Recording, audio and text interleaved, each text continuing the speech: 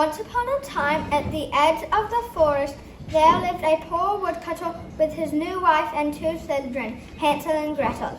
A great famine had spread across the land, and the family had scurry little food. One night, the woodcutter lay awake worrying. Wife, are you awake? Yes, what is it? How would you feed our poor children if there is barely enough for us? I think I have an idea. Tomorrow we will take the children deep in the forest and we'll leave them there.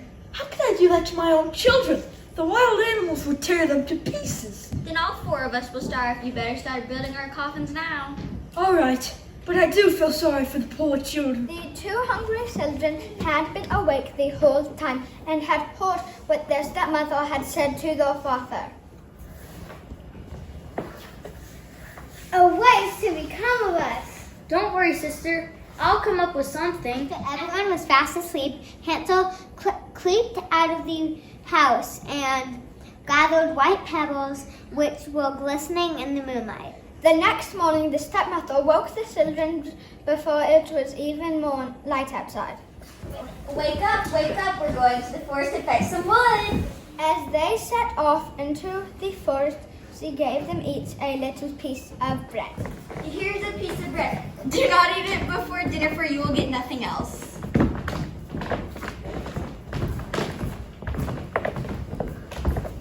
They walked until they were deep in the forest. Now, children, pile up some wood and I will light a fire so that you won't get cold. The children did as they were told and piled branches and twigs as high as they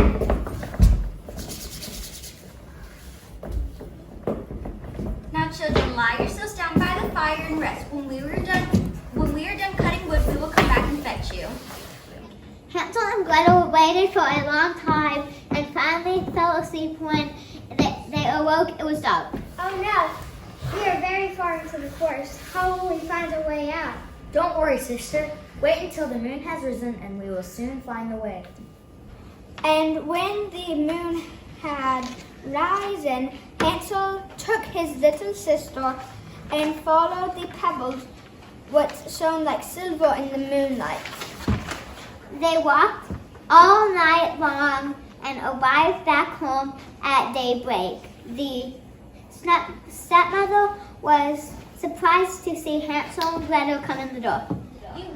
You naughty children, why have you lied so long in the forest? Well, I, for one, am glad to see you've come home. That night, the stepmother reminded the woodcutter that they still had nothing to eat. We must take the children out into the forest again. Only this time, we have to take them far so they will not find their way out again. I cannot bear to do it!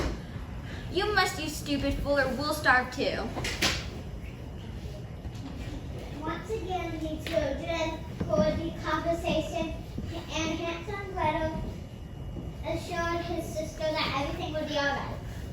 After everyone went asleep, Hansel got up to gather pebbles, but the door was locked. When the morning came, the stepmother awoke the children and they set off into the forest.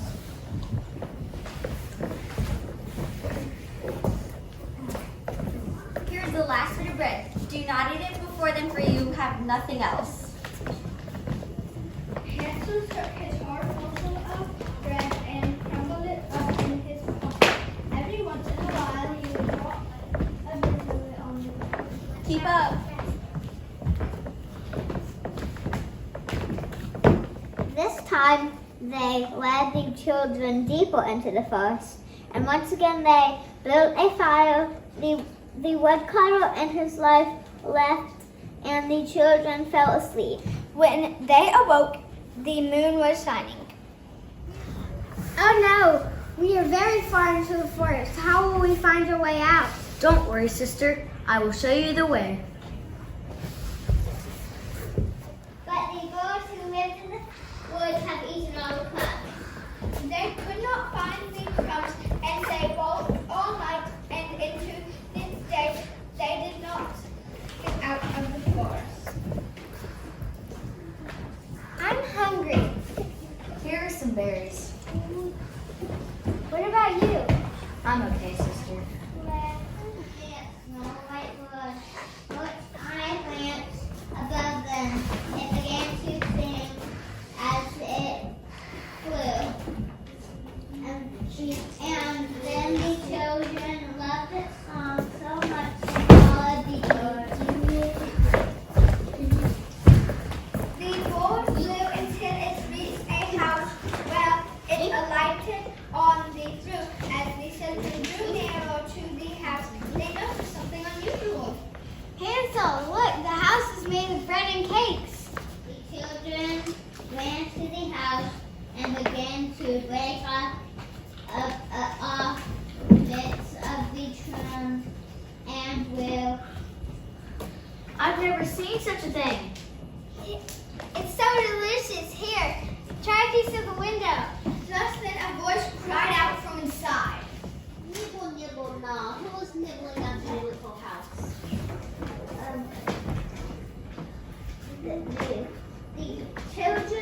The children froze and quickly answered back. The wind! The wind! It's only the wind. Suddenly, the door opened and a woman as old as the hills came creeping out.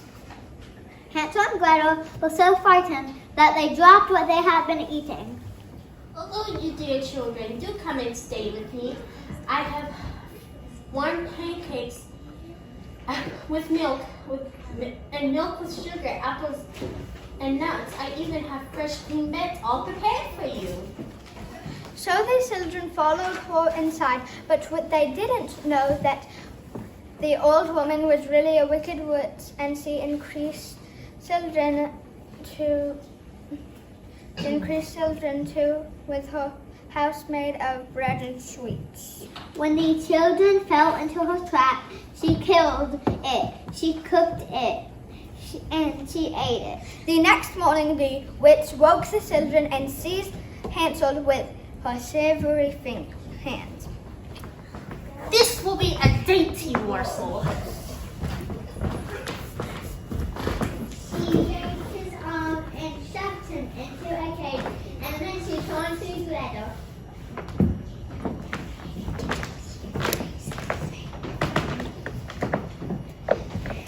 Wake up, you lazy thing.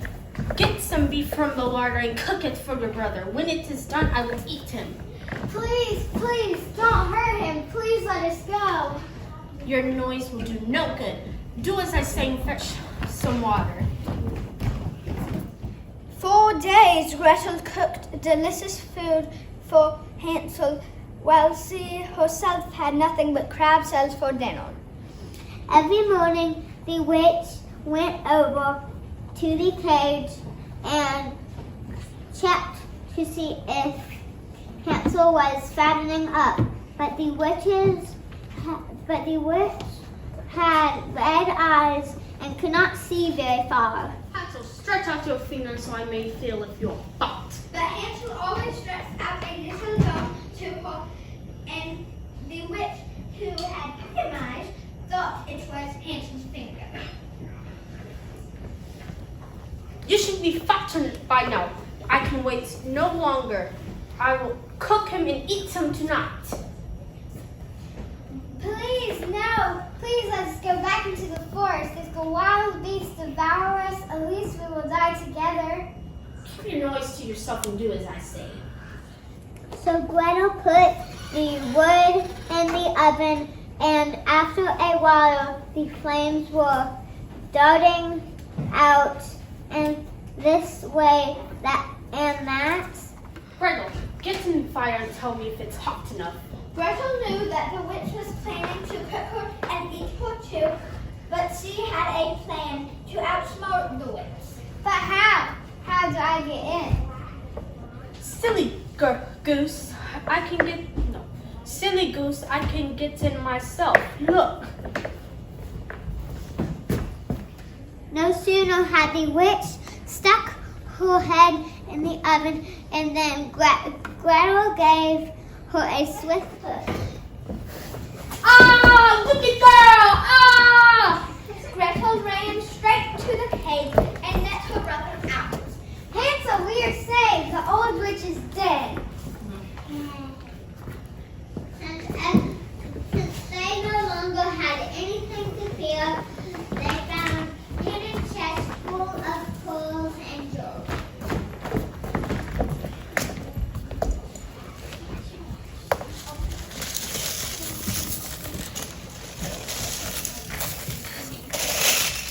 These are far better than pebbles. Let's take as much as we can hold. They took these rolls and went off to find their way out of the witch's forest. When they had walked for 2 hours, they came to a great stretch of water with nowhere across. Hansel, there is a duck. Let's see if she can help us. Little duck, can you see? Hansel and Gretel are waiting for thee. There is never a plank or a bridge in sight. Take us across on your back so bright. The duck came to them and took Hansel and Gretel across. Don't worry, children. Follow me. Step on the stones and we will cross the river together.